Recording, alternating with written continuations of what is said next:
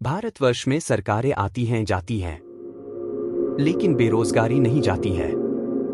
मैं कोई बहुत बड़ा लेखक नहीं हूं जो कि बेरोजगारी पर पूरा व्याख्यान कर सकूं। मैं तो केवल अपना बेरोजगारी का दर्द बयां कर सकता हूं।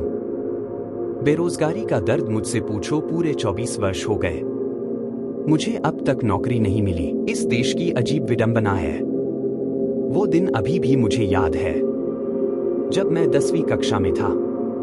तब से मैं नौकरी की तलाश में भटक रहा हूं। आगरा में कुछ होना हो लेकिन सब्जी खरीदना और बात बनाना सीख जाते हैं। बस एक ही टोटका चलता रहता है कि रूम बदलने से किस्मत बदल जाती है।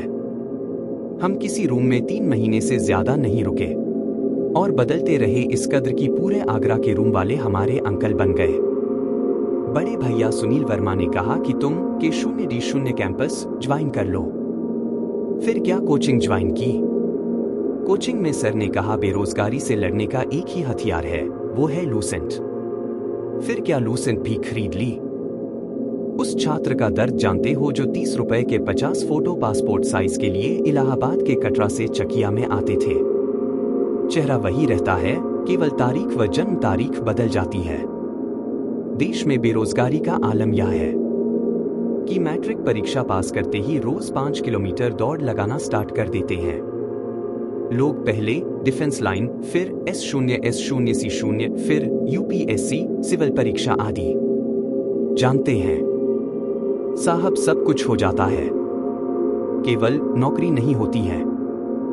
सरकारें आती जाती हैं, रह जाता है तो क्या केवल बेरोजगारी है। बेरोजगारी क्या होता है कभी दिल्ली में आकर देखिए। जब स्टेडियम में रैली होती है तो रैली ना रैली होकर ये दिलदार नगर का पशु मेला हो जाता है। जब 250 से 250 का बीच दौड़ने निकलता है तो जान निकल जाती है। हफ्ते हफ्ते मुंह से खून निकलने लगता है। 5 मिनट में 1600 मीटर दौड़ने के लिए आदमी को भूत बनना पड़ता है। इंसान के बस की बात नहीं है। इसी बेरोजगारी ने हमें सिखाया है। खुले प्लेटफार्म पर 10 रुपए का प्लास्टिक का चटाई खरीदकर बिना तकिया के कैसे सोया जाता है। बेरोजगारी का नशा ऐसा था कि GK GS का फार्मूला पूरे रूम में चिपकाए रहते थे। देखिए आजकल तो फॉर्म ऑनलाइन कराया जा रहा है और आधार कार्ड को भी लिंक कराया जा रहा है। पहले 3-4 जगह से फॉर्म अप्लाई होता था कि कहीं ना कहीं से कॉल लेटर लौटकर वापस आ जाए। घर का पता बदलकर कितनी बार मूल निवास पत्र बनवाए हैं। बस आगरा का हर बेरोजगार ही जानता है। कई स्कूल से हाई स्कूल की परीक्षा पास करते हैं कि कहीं और से फॉर्म अप्लाई कर सके, कहीं पहले वाली मार्कशीट में उम्र ना ज्यादा हो जाए जिससे दूसरी मार्कशीट से अप्लाई कर देंगे। ये भगवान टॉकीज की गलियों में स्टूडेंट भरे पड़े हैं। मुखर्जी नगर से इलाहाबाद तक केवल आपको ज्यादातर स्टूडेंट्स ही स्टूडेंट्स मिलेंगे। दीवारों पर केवल पोस्टर ही दिखता है, कोई ये सर तो कोई वो सर। सबका अपना अपना धंधा होता है। भाई नौकरी के लिए 40 तक पहाड़े, 50 तक वर्ग, सब मुंह जुबानी याद है। मेरे समझ में नहीं आता कि कौन सा अच्छा है और कौन सा बेकार है।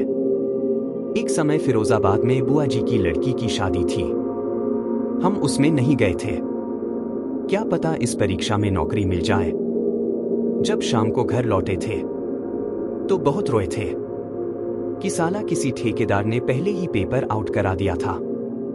एक पढ़ाकू बेरोजगार के लिए सबसे बड़ा त्याग था।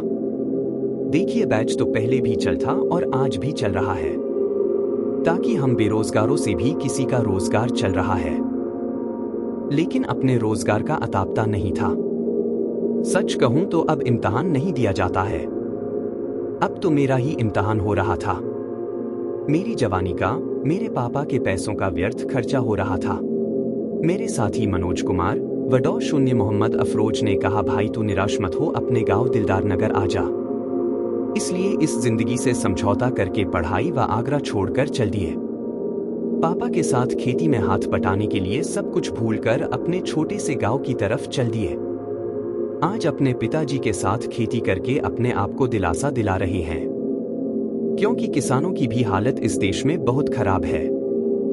आखिर बेरोजगारी का दर्द होता है।